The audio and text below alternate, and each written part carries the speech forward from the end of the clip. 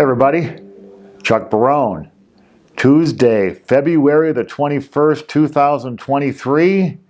We're here starting off the week on a Tuesday. Hope everybody enjoyed the 3-day weekend. Those of us who were privileged enough to enjoy that week, that third day off. People just don't do it like they used to now. A lot of people having to work for these holidays. But it was a nice 3-day weekend for me, and I hope it was for you guys too. As always, before we start the show, I just want to welcome everybody. It's always good to have you guys with us. We appreciate your support.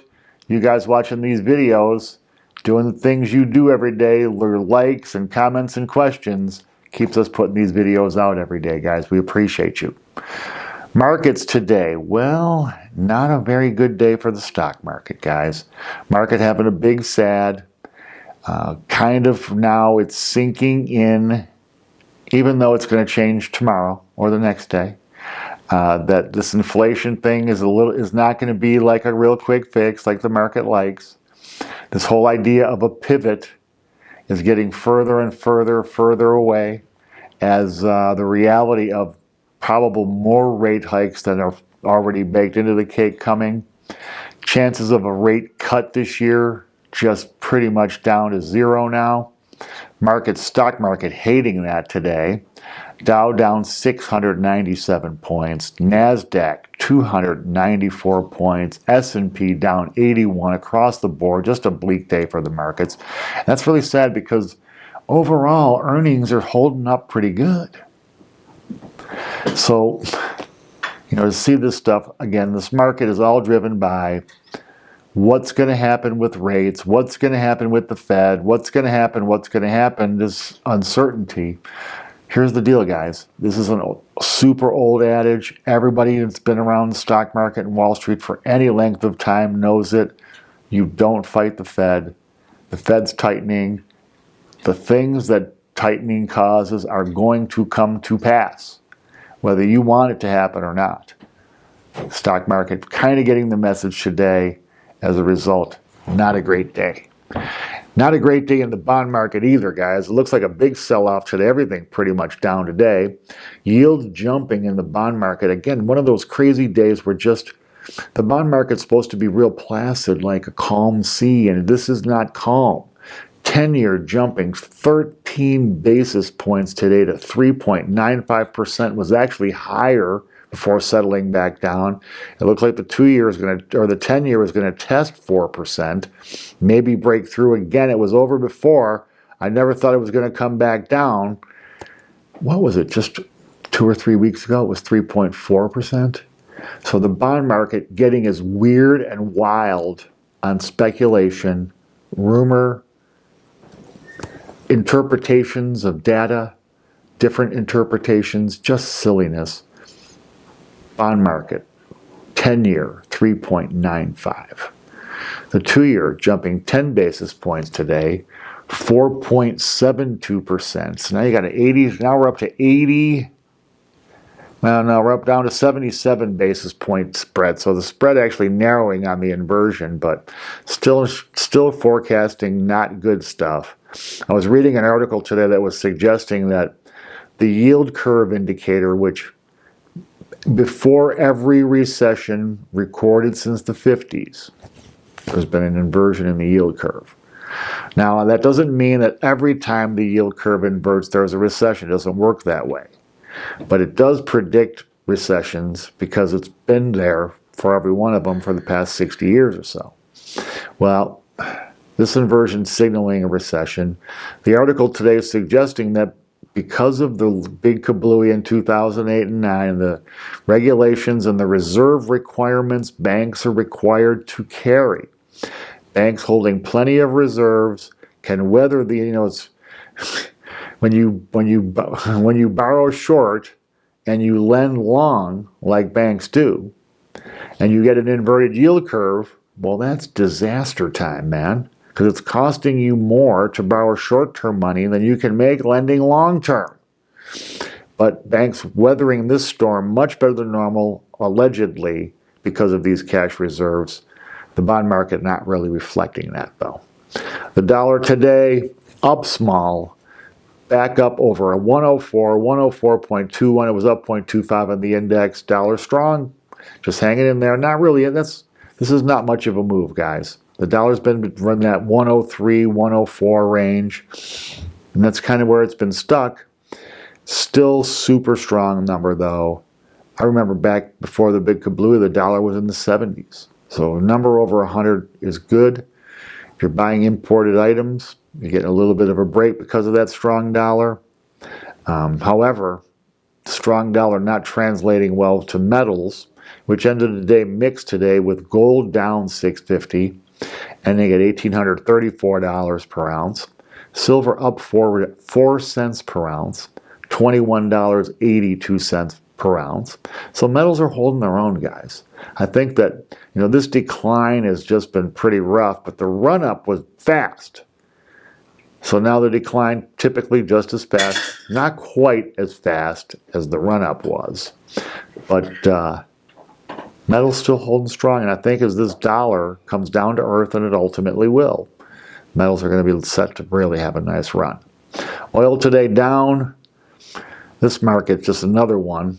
West Texas Intermediate down 41 cents per barrel today, $76.13. That's exactly like I've been telling you guys for the past month or so. It's just in that trading trough now between $75 and $80. It's just in that trough. It's just staying there, up and down, not really moving very much. Although the funny thing is I saw gas prices at the pump up today. So this just goes to show you a lot of the prices increases we're getting, especially on gas and oil and, at the gas station. Just greed, man. Just greed. They're marking it up because they can. Making ungodly profits. And I don't begrudge anybody a profit. I just begrudge them ripping me off to make that profit. Anyway, oil down today and in its trough. To wrap up the market, Bitcoin today down $547. 24,250. Looked like it was going to make a big run at the 25,000 number. Backing off today, a little bit of resistance. We'll see where it goes now. I think that the big challenge for Bitcoin is going to be breaking through and staying above that 25,000. We'll watch it closely for you guys to let you know how it goes. Even though this is a short week, there's going to be some important data coming out this week that's going to be important for you guys to know, that'll give you an idea of where these markets are going in the future. I do this for you guys every week to give you an idea of what to look for each day. Today we had existing home sales down, home sales stinking. Tomorrow we'll get the Mortgage Bankers Index. That's expected to be down 13% in January from down 6% in December. So real estate doing exactly what the Fed wants it to do. Thursday is going to be a pretty big day. Thursday we'll get GDP for the fourth quarter, expected to be to be a positive 2.9% for the fourth quarter. We're also going to get initial jobless claims. These have been the big driver. They're expecting pretty much jobless claims to stand pat. They're not expecting any kind of move up or down. We'll see how that works. And then on Friday is going to be an interesting day too, because usually Friday is a quiet day, but Friday we're going to get some really interesting data. We're going to get new home sales, which are expected to be down and crappy, but we're also going to get consumer income and consumer spending, which are both expected to be up. So we'll see where consumers are going. We know there's record amounts of credit card debt right now, so we know consumers are going into hock to spend money. Now we'll see if their income's matching it, how much debt they're adding on, how much extra the spending is going up, and where they're spending it. A lot of interesting stuff coming on Friday. Markets today, not a lot happening, guys. Just some interesting stuff. Just a couple of quick notes. U.S. housing prices came today. Prices down for the 12th consecutive month. Housing sales down 37% from January 2022. Holy crap. Longest losing streak since 1999. High rates, high prices. I've been telling you guys a long time what high rates and high prices were going to do to real estate. It's basically in a depression here. You have high rates, high prices. I've been telling you guys that for any kind of making sense in this market, either rates are going to have to come down to support these high prices, or prices are going to have to come down to support high rates. Well, what's been happening so far, as shown by this statistic and the data we're getting, it's not rates that are coming down, guys. It's prices. The price is down about 60,000 in Vegas from their peak. It's still continuing their way down. The sad news is, even with prices down that much, houses are still completely unaffordable. First-time buyers virtually non-existent in this market. So real estate just in a tragedy right now. And I'm hoping that maybe that's going to lead the Fed to, get turning it around sooner, because these high interest rates are just killing real estate. And it seems like the rest of the economy is just going. Real estate, knowing. Doesn't seem right that only one sector gets to bear the brunt of the folly of our government and the Federal Reserve.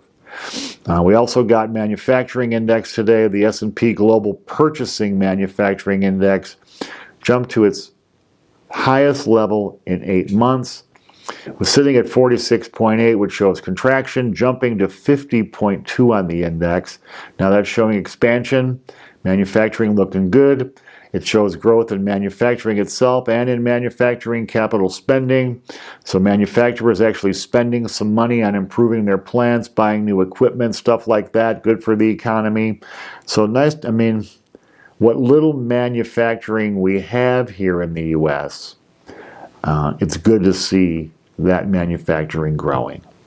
And finally, guys, just to wrap it up, it looks like, as you've seen by what I talked about earlier in the stock market and the bond market today, expectations are changing. People now are not expecting this quick pivot they were hoping for. And we even had people that were talking about a pivot last year. Don't you remember that, guys? I've been telling you,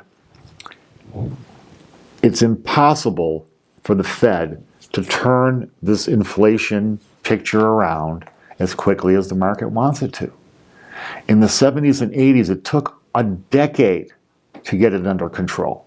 Now, granted, they made some mistakes that the Fed has learned from, so hopefully it won't take this long or that long this time around before we get things to normal. But, it's not going to happen in 6 months. Inflation remains stubbornly high, especially on the everyday necessaries. I mean, if computer prices are coming down, that's wonderful. If you need a computer, how often do you buy a computer? iPhone prices are coming down, really? I'm not seeing any evidence of that, but, electronics are coming down, really? How often do you buy that stuff, guys? But eggs going up, butter going up, produce going up.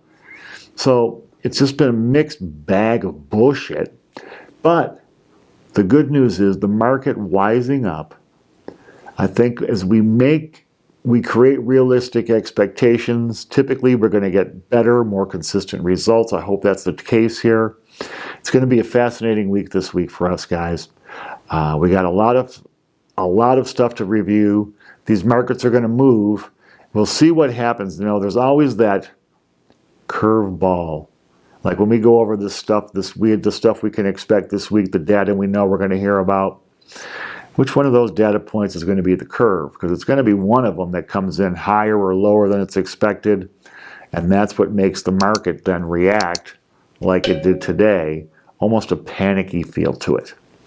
Anyway, guys, that's it for the day. We really appreciate your support. Going to be a great week. Hope everybody had the good third day off yesterday for the President's Day. Is well rested today, rocking and rolling.